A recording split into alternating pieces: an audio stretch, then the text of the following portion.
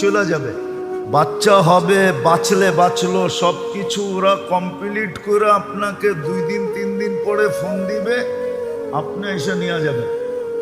কিন্তু স্বামী তো নাছোড়বান্দা, ভর্তি করছে ঠিক, কিন্তু সর্বক্ষণ দাঁড়ায় আছে। তো সবাই জিজ্ঞেস করছে তুই দাঁড়ায় আছিস কেন? তোরে বুঝাইছে, বল তোর শরীরের একটা অঙ্গ অর্ধেক যদি কোথাও থাকে তাহলে আর অর্ধেক ওর সাথে থাকবে না পৃথক থাকবে? বলছে শরীর তো একটা, এটাকে তো অর্ধেক করা যায় না। তো বলে এ তো আমার অর্ধাঙ্গনী, তো আমি ওর থেকে পৃথক থাকি কি করে?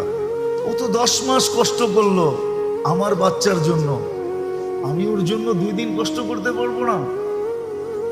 এই স্বামী স্ত্রীর ভালোবাসার টান দেখে ওই নার্স মুসলমান হয়ে গেছে। বলছে আমি মুসলমান হইলেও কি আমার